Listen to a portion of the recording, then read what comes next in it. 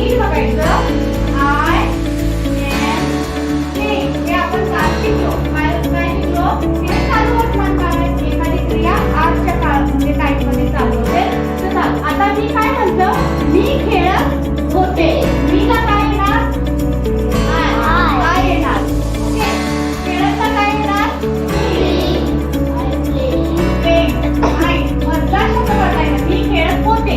होतेसाठी एमच्या ऐवजी इथं काय यूज करायचं आहे? लक्षात आलं? आता वर्तमान काळमध्ये इज एम आर हे काय आहे? इज एम आर काय आहे? सहाय्यक क्रियापद. Very good. इंग्लिश मध्ये काय म्हणतात? Helping verb. Very good. आता पास्ट कंटिन्यूअस टेन्स मध्ये हेल्पिंग वर्ब कोणकोणते असतात? कोणकोणते असतात? वॉज, आणखी was आणि झालं. हे दोन. आता तुम्ही एक चार्ट सांगतो तुम्हाला बघा. is am are बरोबर. हे तुम्ही वर्तमान काळामध्ये वापरला. आता is कशा सोबत वापरला तुम्ही सांगा? वर्तमान काळामध्ये इट इज, म्हणजे तुम्ही it बरोबर वापरला.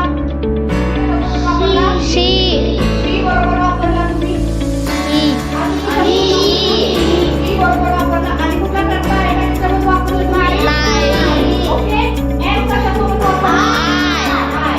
एम फक्त आय सोबत येतो. आर कशासोबत वापरला? दे,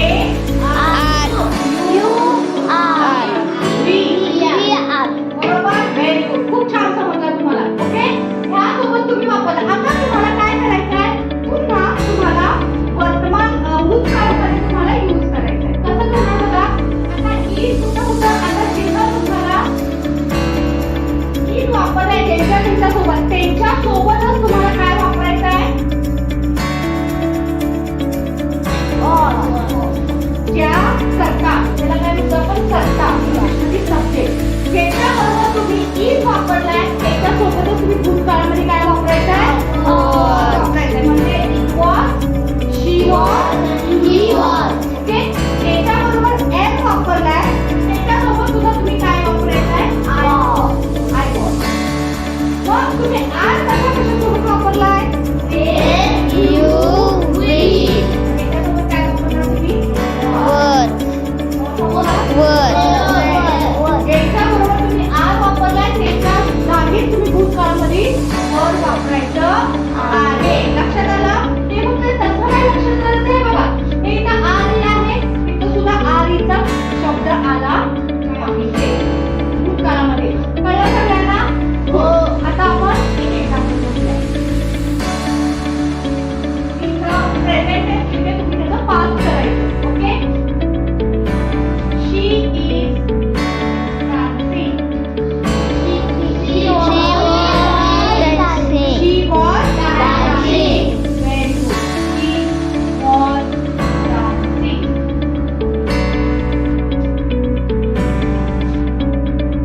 They are drawing. they were drawing, Very good. They were drawing, were drawing,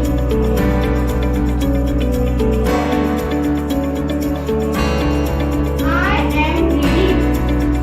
I was reading, Very good. I was reading. Understand? याला आपण कुठला काळ म्हणतो? Past continuous tense, याला कुठला काळ म्हणतो?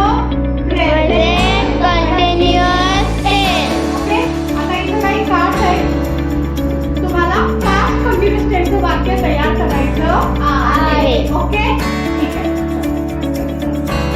ओके. तर ह्या ऍक्टिव्हिटीमध्ये आपण काय करणार आहोत? इथं काही कार्ड्स दिलेले आहेत मी. ओके. त्या कार्ड्समध्ये आपल्याला हेल्पिंग वर्ब आहे म्हणजे सहाय्यक क्रियापद दिलेलं आहे, क्रिया दिलेली आहे, आणखी सब्जेक्ट्स आहेत. तर तुम्हाला हे जम्बल्ड आहे. तुम्हाला हे योग्य सेंटेन्समध्ये पास्ट कंटिन्यूअस टेन्सचं वाक्य तुम्हाला तयार करायचं आहे. ओके. जो पहिलं करेल ती टीम विनर असेल. ओके. चला. 1 2 3 स्टार्ट. तयार केल्यानंतर ते वाक्य वाचून दाखवायचं आहे. टेन्सचं वाक्य. झालं. ओके, काय लिहिलंस तू? यू चुकले. हर्षदा ट्राय करू शकतेस. काहीतरी चुकलंय त्या वाक्यामध्ये. ओके, यू वर प्लेइंग बरोबर आहे वाक्य. टाळ्या. या टीमसाठी टाळ्या जिंकलेली आहे. ओके, हर्षदा पुन्हा ट्राय करायचं आहे. काहीतरी चुकलंय त्या वाक्यामध्ये. आय बरोबर पास्ट कंटिन्युअस मध्ये काय येतं? I is not a plural. Okay, काय झालं तयार वाक्य? I was cooking. ओके, वाक्य बरोबर आहे. ओके, टाळ्या. ओके, पण विनर आहे प्राची.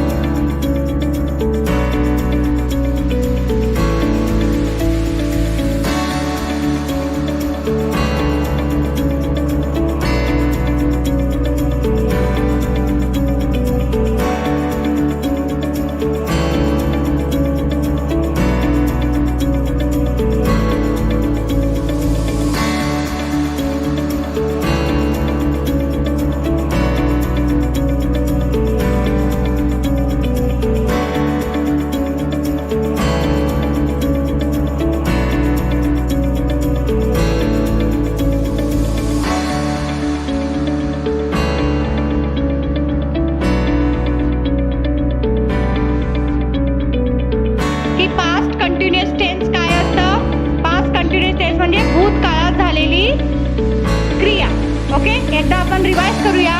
आय बरोबर कोणतं येतं helping verb? I were. You वर.